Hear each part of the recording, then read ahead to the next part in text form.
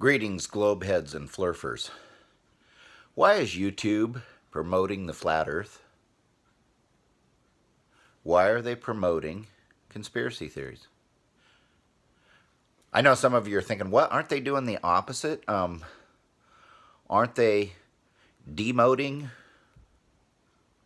Well, what they're doing is a soft censorship. They're not banning flat earth videos from their site, but they're messing with their algorithms and such in a way that it'll be harder for you to find these videos, or they won't get recommended.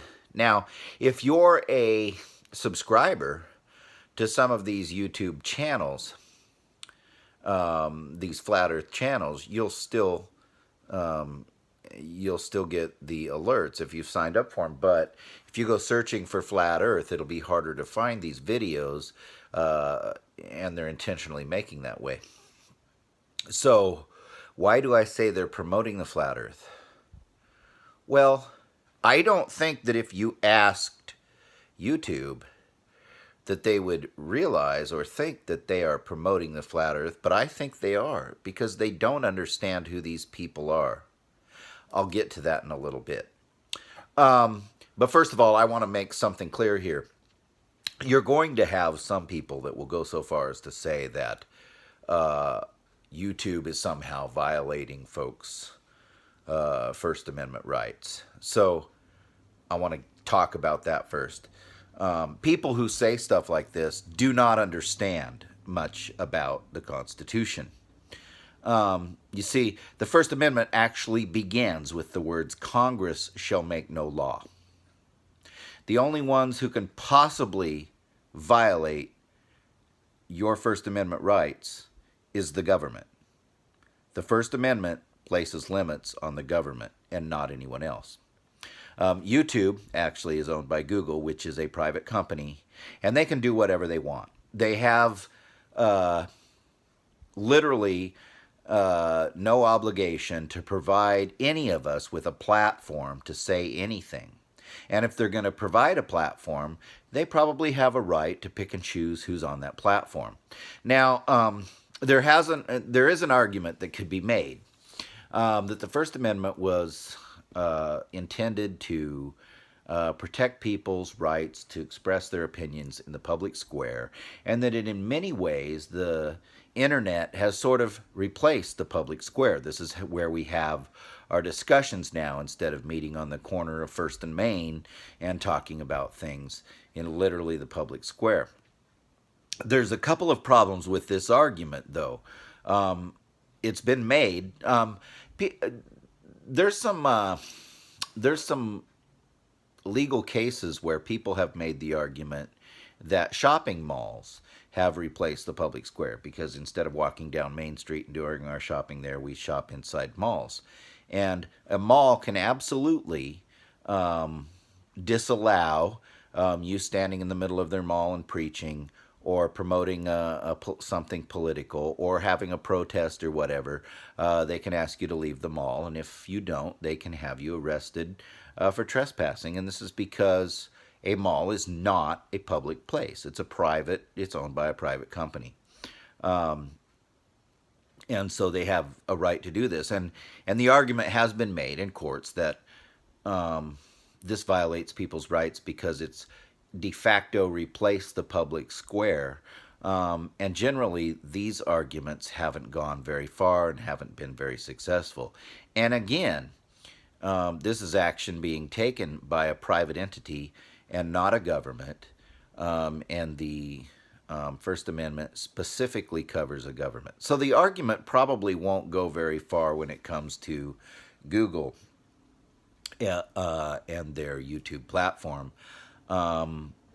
However, what I'm here to discuss is not really the legal aspect of it, but the practical aspect of it. And I think that whatever executives at YouTube have come up with this policy, they haven't thought it through, because the effect is the opposite of their intended effect. They are literally promoting conspiracy theory when they do that. You see, they don't understand who these people are. The flat earth is the flat earth movement, if you will, is literally the granddaddy of all conspiracy theories. It's the most massive, most ridiculous conspiracy theory ever concocted, because you would literally need millions and millions of people all over the globe to conspire together. I'm sorry, all over the little flat plane to conspire together to trick everybody into thinking that we live on a globe. And it would be the most massive conspiracy theory, or the most massive conspiracy in human history. And these people who believe this sort of thing, these are paranoid nutcases for the most part. These are people who believe that the government and everybody else is out to get them. These are people who believe that they are trying to hide the truth. Now, they don't often even define for you who they is. But if you go on to ask them to define who is the they that you're referring to that's trying to hide the truth from us, the answers you will get will depend a lot on their own prejudices. If they are anti-Semitics, they might tell you it's Jews. If they're anti-Catholic, they might tell you it's Jesuits.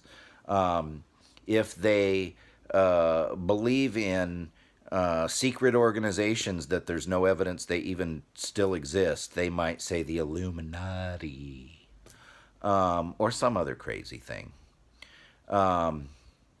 They might blame the Freemasons, even though there's no evidence the Freemasons have ever done anything nefarious. They're just a secret fraternity. So what? But these are people who literally think that there's a big conspiracy out there to hide the truth from them. And what do you think the effect is going to be if you start trying to block them from saying what they want to say? You are literally strengthening their argument, and thus you are helping to promote them. It's as simple as that. The best thing you can do for folks like this is literally let them express themselves.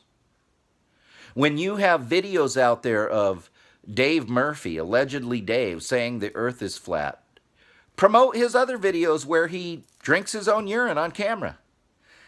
That's who this is. Let these people expose themselves. Don't try to hide them, because when you do, all you're doing is preaching to their own choir. And you're making their words that they are trying to hide the truth from us just seem that much more legitimate. Really, really stupid idea. Again, YouTube, Google, you're a private company and you can do whatever you want. But before you start censoring what is available to people on the internet, you need to start thinking about who you're dealing with and what effect that is going to have. Because when you make these types of groups of people martyrs, you advance their cause. You don't slow it down.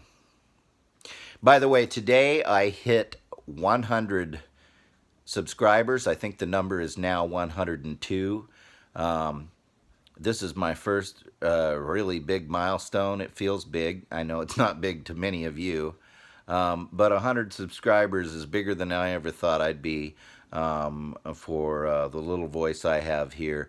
I really appreciate you watching. I want to thank each and every single one of my subscribers. I want to thank those of you who do this debunking much better than I do, who have inspired me. I'm going to work on making a better product for all of you if you just stick with me. I'm working on getting some software and some ability to edit. I'm working on some projects where I can actually demonstrate some of the things I say instead of me just talking basically into a phone camera. I'm going to try to make this a little bit more sophisticated. Not that I ever have a goal of being something like Simon Dan's By the way, you need to subscribe to Simon Dan if you haven't already. I'm never going to be that. I'm never going to be Conspiracy Cats. I have no desire to ever be monetized. I'm not sure I would even accept that. Um, because I have a career, and I'm not this is not what I'm here for. I'm not here to make money. I'm just here to share my thoughts on this topic. And so yeah, I want to get better. I want to do more professional kind of videos for you guys, but it's not a goal of being that huge monetized channel. And frankly, there was a time when I thought that 100 subscribers was more than I would ever have. So it's really exciting to me. And again, thank you so much for watching and for subscribing. Um, Remember, there's a lot of fun things to enjoy out there on YouTube, but there's also a lot of snake oil salesmen out there. Don't fall for the snake oil. Thank you and good night.